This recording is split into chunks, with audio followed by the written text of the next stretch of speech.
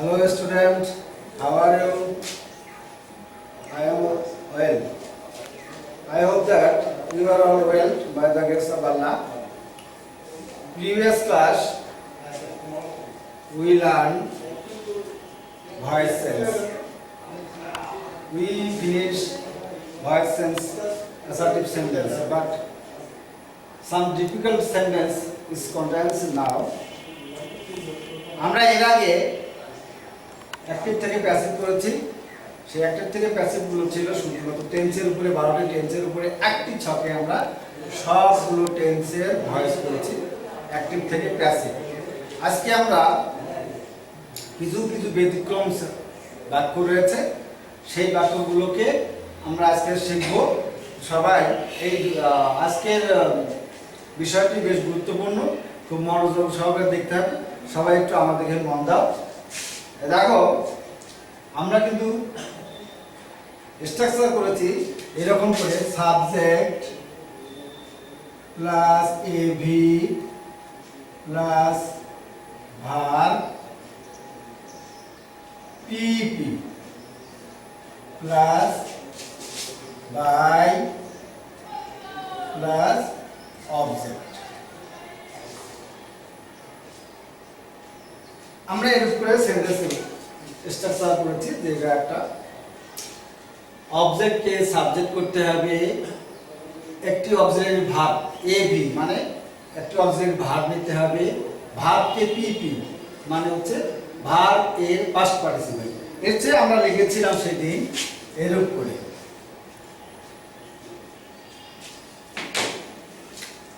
লিখেছিলাম ভার্ব 3, তাহলে subject plus auxiliary verb plus verb 3 plus by plus object. এখন এই অবজেক্টের একটু ব্যতিক্রম আছে, সেটা হচ্ছে দেখো এইখানে অবজেক্ট হলো সাবজেক্ট ভার্ব অবজেক্ট আবার object. Here two objects, this is the problem. No problem, it is easy. আমাদের জন্য এটা খুবই সহজ। দেখো, আমরা যে কোনো একটি অবজেক্টকে সাবজেক্ট বানাতে পারবো। কি বললাম? আমরা যে কোনো একটি অবজেক্টকে সাবজেক্ট বানাতে পারবো। আমরা প্রথমে দেখো মি অবজেক্টকে সাবজেক্ট বানালে কি হবে? আই হবে। তাহলে একটা অক্সিলারি ভার্ব কি হবে? এটা কোন টেন্স? এইটি হলো প্রেজেন্ট ইনডিফিনিট টেন্স। সুতরাং আই এর পরে কি হবে? অ্যাম হবে। দিলাম অ্যাম, এবি গেল প্লাস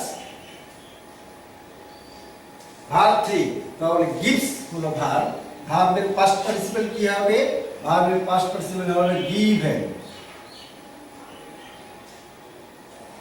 গিভেন। এখন একটা প্রিপজিশন নিতে হবে। আমরা একটা প্রিপজিশনের শর্ট দেখেছি। প্রিপজিশনের মধ্যে কি কি ছিল? ছিল by, to, at, with, in ইত্যাদি বা এক্সট্রা এটসেট্রা। তাহলে আমার এখানে হবে বাই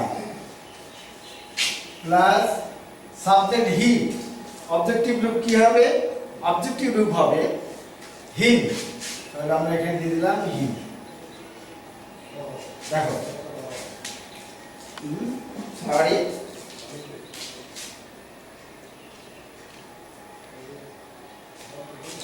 এইখানে আমার আরেকটা অবজেক্ট আছে এ পেন।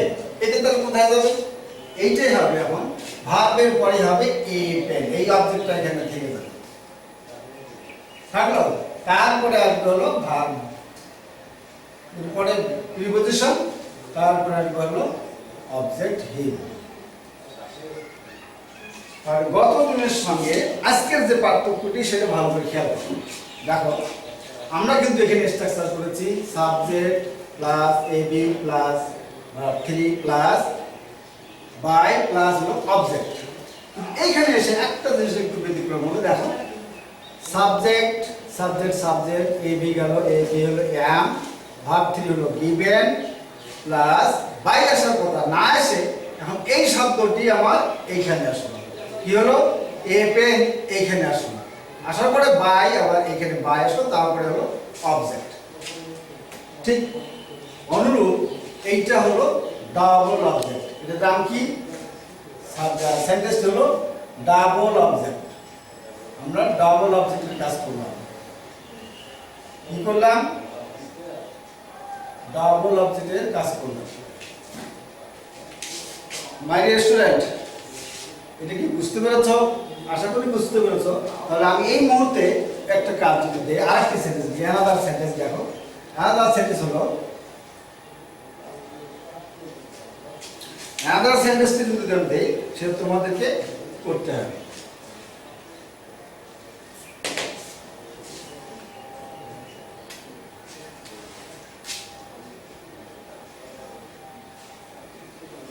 You have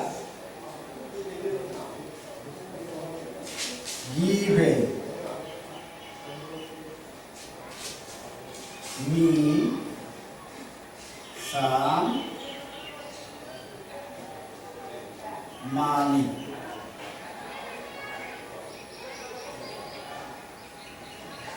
এটি করতে হবে। এটি করতে গেলে এখন কি করা যাবে? দেখো এবার আবারও আমার এটা মতই আসছে সাবজেক্ট, এটাতে কিন্তু এ বি একটা রয়েছে, হ্যাভ প্রেজেন্ট পারফেক্ট টেন্স অনুসারে এটা আছে হ্যাভ, তারপরে আছে গিভেন, তারপরে মি আর সাম মানি। এখানে কিন্তু দুটি অবজেক্ট আছে। কয়টি অবজেক্ট আছে? দুইটি অবজেক্ট আছে। এই দুটি অবজেক্টের মধ্যে যে কোনো একটাকে সামনে নেওয়া যাবে। এবার আবার আমরা যদি এই মিকে সামনে নেই তাহলে কি হবে? ওই রকম হবে আই, তারপরে হ্যাভ, অক্সিলারি ভার্ব হচ্ছে হ্যাভ। এখন এখানে অক্সিলারি ভার্বটা যে নিয়ে আসতে হবে এ বি, সেটা কি হবে? সেটা হবে বিং। তারপরে হচ্ছে প্রিন্সিপাল ভার্ব থ্রি রয়েছে, কারণ প্রেজেন্ট পারফেক্ট টেন্সের বেলায় সর্বদাই ভার্বটি থ্রি হয়, ভার্ব থ্রি হয়। তাহলে গিভেন, এখন এইখানে তাহলে কি হবে? আবার সাম মানি, তারপরে আসবে বাই, তারপরে ইউ, ইউই থাকে। আমরা এটা কিন্তু আগে জেনেছি। তাহলে এটা করলে এরকম হবে। দেখো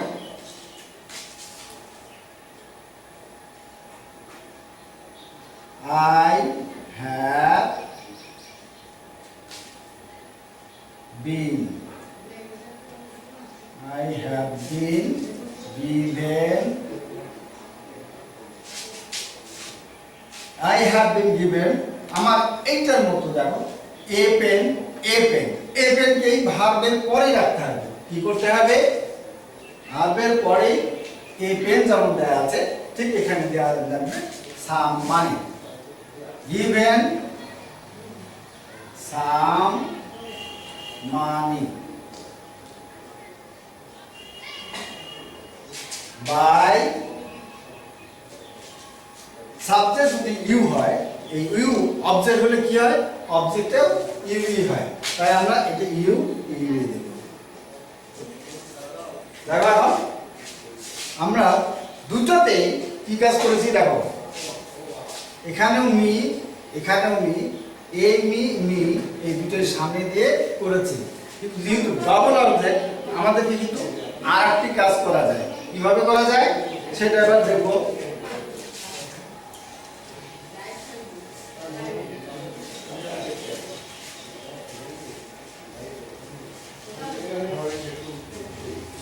ডাবল অবজেক্টের দুটাই যে কোনো একটা সামনে নেওয়া যায়। তাহলে এবার নেব আমরা এ পেন, এটাকে সামনে নেব।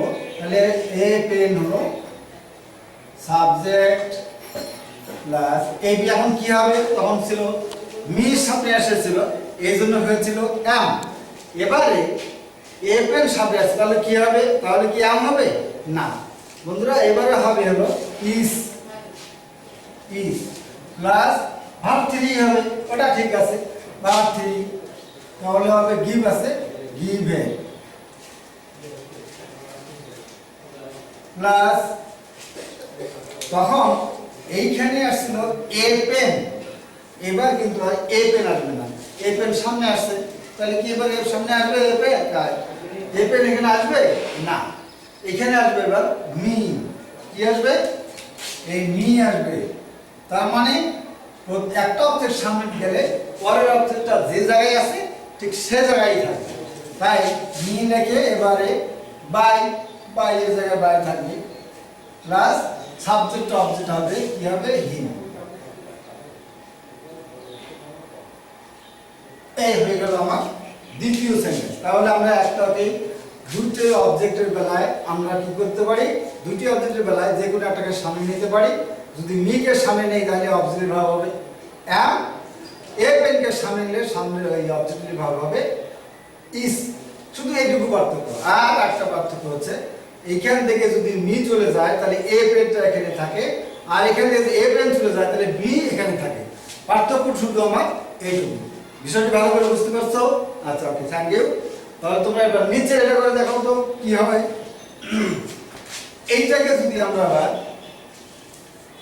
একবার করেছি মি কে সামনে নিয়ে হ্যাঁ হয়েছে, এবার দেখা যায় সাম মানে সামনে নিয়ে করলে কি হবে। তাহলে তোমরা একটু করে দেখাও তো। আচ্ছা ঠিক আছে, তোমরা করেছো, এবার তোমাদের উত্তরটা চেক করে নাও যে আসলে কি হবে। এবারে সাম মানেটা সামনে আনবো।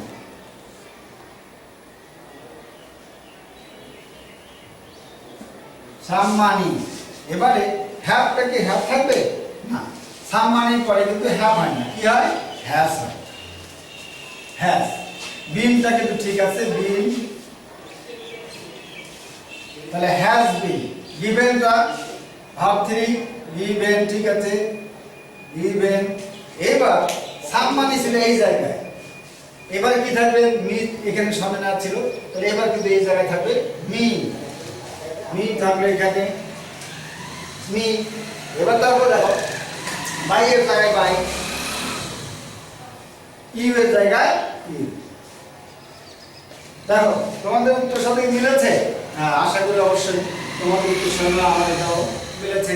দেখো some money has been given me by you, আর মি কে সামনে নিলে হয় I have been given some money by you. তাহলে আশা করি তোমরা সবাই এটা ক্লিয়ারলি বুঝতে পেরেছো। এবার দেখো ঠিক একই রকম কিন্তু একটু ব্যতিক্রম হবে। সেটা হচ্ছে এখানেও ভার্বের পরে দুটো শব্দ ছিল, একটি হচ্ছে মি আর একটা হলো সাম মানি। এখানেও ভার্বের পরে কিন্তু দুটো শব্দই রয়েছে, একটা হচ্ছে ইউ, একটা হলো ক্যাপ্টেন। এই দুটি, একটি হচ্ছে ডাইরেক্ট অবজেক্ট, এটা হলো ডাইরেক্ট অবজেক্ট, এটা হলো ইনডাইরেক্ট অবজেক্ট। এখানে দেখো এরকম দুটো অবজেক্ট, এটা হলো ডাইরেক্ট ইনডাইরেক্ট অবজেক্ট। এইটা কিন্তু অবজেক্টটাকে নাম কি হবে? এই অবজেক্টটার নাম হবে কগনিট অবজেক্ট। কি বললাম? এটা হচ্ছে কগনিট অবজেক্ট। এইখানে একটা জিনিস মেমোরাইজ করে রাখতে হবে, একদম সর্বক্ষণ মনে রাখতে হবে, এরকম কগনিট অবজেক্ট কখনোই সাবজেক্ট হতে পারে না। এটা সাবজেক্ট হয় না। যে সাবজেক্টটা যে হয় না সেদিক থেকে তোমরা যদি খেয়াল রাখো তাহলে তোমাকে ইউটাকেই সামনে নিতে হবে। তাহলে এটা কি হবে? স্ট্রাকচারটা হবে এগুলোর মতোই, কিন্তু শুধুমাত্র এই কগনিট অবজেক্টটা কখনোই সাবজেক্ট হবে না। তাহলে এটা হবে হলো, দেখো ইউ, এটা হলো সাবজেক্ট, এটা হলো এবি বা মডেল, এটা হচ্ছে পিভি বা প্রিন্সিপাল ভার্ব। তাহলে আমরা ইউ কে সামনে নিয়ে আসলাম, সাবজেক্ট হলো প্লাস হবে শ্যাল থাকলে এখানে কি এখন শ্যাল হবে না, ইউ এর পরে শ্যাল হয় না, কি হয় উইল হয়। উইল, উইলের পরে হবে বি, বি দিয়ে এখন ভার্ব 3 হবে, তাহলে মেক এর ভার্ব 3 কি মেড, মেড। এখন কি করব? এইটার মধ্যে করব, এই কগনিট অবজেক্টটা এখানে থেকে যাবে ক্যাপ্টেন,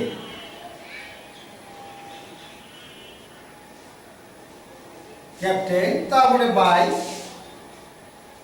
বাই উই থাকলে অবজেক্ট কি হয় আস, থ্যাংক ইউ, এই হলো আস। এটা হবে এরকম,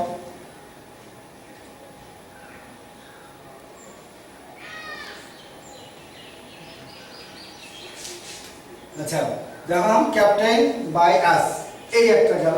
এরকম যদি করি তাহলে তোমাদেরকে আরেকটা একটু দেখি, তোমরা এই সেন্টেন্সটা করে দেখাও। কি করে দেখাবা?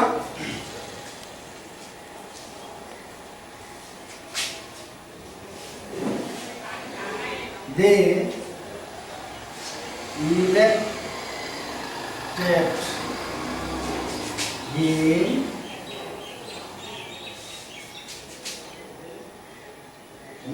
মেম্বার। দেখো এটা যেমন ছিল ক্যাপ্টেন, ঠিক একই রকম একটা শব্দ আছে মেম্বার। তাহলে এটা হচ্ছে আমাদের দুটো জিনিস, দে ইলেক্টেড হিম মেম্বার, তাকে সদস্য নির্বাচন করলো। এটাও কিন্তু একটা কগনেট অবজেক্ট। তাহলে এই কগনেট অবজেক্টটাও এরা কিন্তু সামনে আসতে পারে না, অর্থাৎ সাবজেক্ট হতে পারে না। তাই আমাকে এটা দিয়ে এই অবজেক্টকে সাবজেক্ট বানাতে হবে, বাকি সবগুলো নিয়ম হচ্ছে আগে অ্যাসার্টিভের মতো। তাহলে আমরা এইরকমই করে ফেলি। এটাও দাদা তোমরা আগে করে ফেলো, তোমরা যদি আগে করেছো তাহলে উত্তরটা মিলিয়ে নাও। হি, এটা কোন টেন্স? এটা হলো পাস্ট ইনডিফিনিট। সুতরাং হির পরে এখন কি হবে? ওয়াজ হবে। ওয়াজ, হি ওয়াজ ইলেক্টেড, এটাই পাস্ট, এটাই পাস্ট পার্টিসিপল, তাই ইলেক্টেড ইলেক্টেডই হবে। ইলেক্টেড এইভাবে পরে কগনেট অবজেক্টটাকে রাখতে হবে মেম্বার। মেম্বার, তারপর হলো বাই, প্রিপজিশন হচ্ছে বাই, দে থাকলে অবজেক্ট হবে দে। তাহলে এটা আমার হয়ে গেল। তারপর একটা সেন্টেন্স দেখি আমরা। আশা করি তোমরা এটা পুরোটা বুঝতে পারছো। আচ্ছা, এটা আমি মুছে ফেললাম, রাফ করে ফেললাম।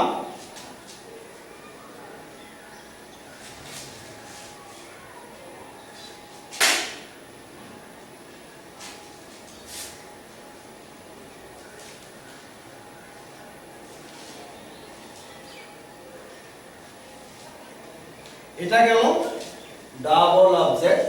এবার দেখি ঠিক একই রকম অবজেক্ট কিছু রয়েছে, আরো কিছু অবজেক্ট রয়েছে, সেই অবজেক্টগুলোকে আমরা কি বলতে পারি এটা লিখলেই বুঝতে পারবো।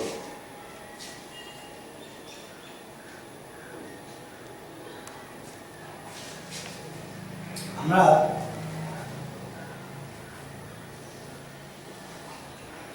We ran a race,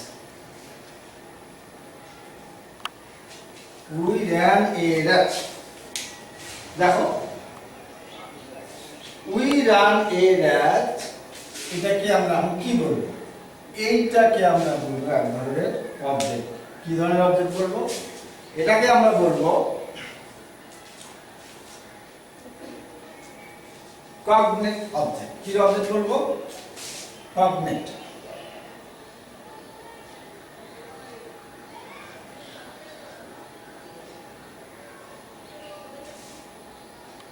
cognate object.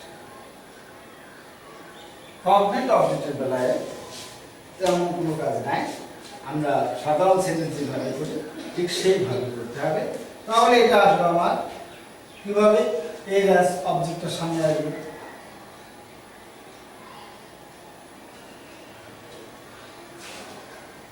ওয়াজ, এটা কোন টেন্স? এটা হলো পাস্ট ইনডিফিনিট টেন্স, তাই এখানে হলো এ ড্যাশ, এটা কোন person? Third person singular number, তাহলে was, a dash was ran ran ran।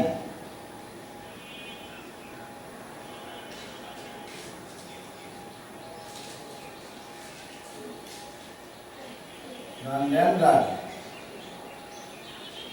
the race was run by,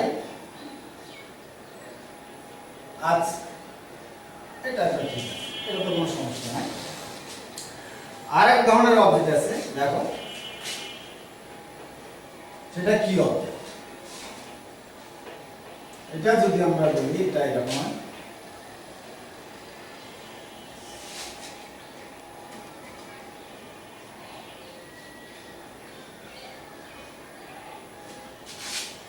এইটা দেখো ভার থেকে উৎপন্ন অবজেক্ট। এটা হচ্ছে সি থেকে, এই সি থেকে উৎপন্ন অবজেক্ট। এই ভার থেকে উৎপন্ন অবজেক্টকে কগনিটিভ অবজেক্ট বলে, আর সাবজেক্ট থেকে উৎপন্ন অবজেক্টকে, এই অবজেক্টটাকে রিফ্লেক্সিভ প্রোনাউন বলে। কি বলে? রিফ্লেক্সিভ প্রোনাউন বলে। এইখানে একটু সমস্যা হচ্ছে, এই রিফ্লেক্সিভ প্রোনাউনও কখনো সাবজেক্ট হতে পারে না, ওই সাবজেক্ট হয় না।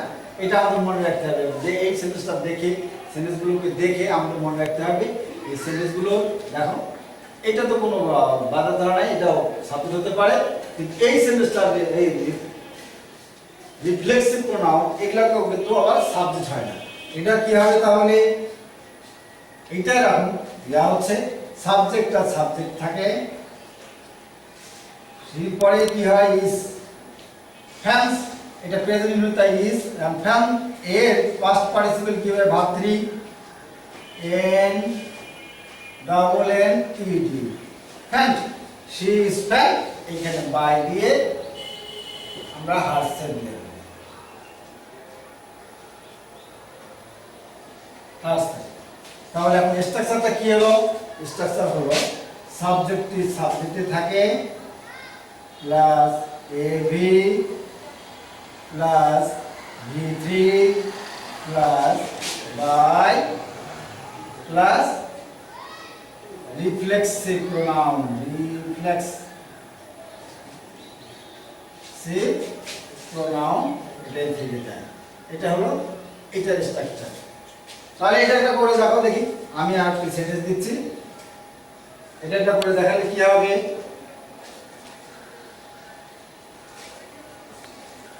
এবার he killed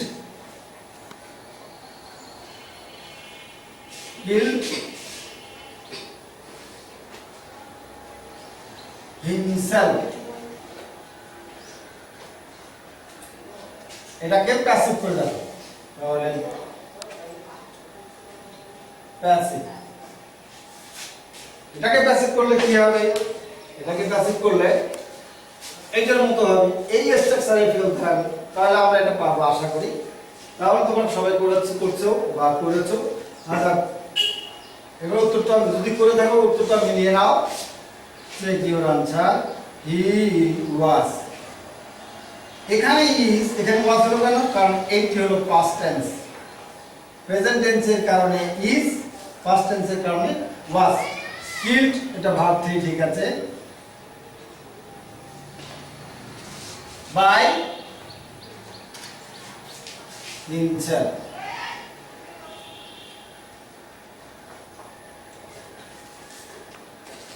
এইটা।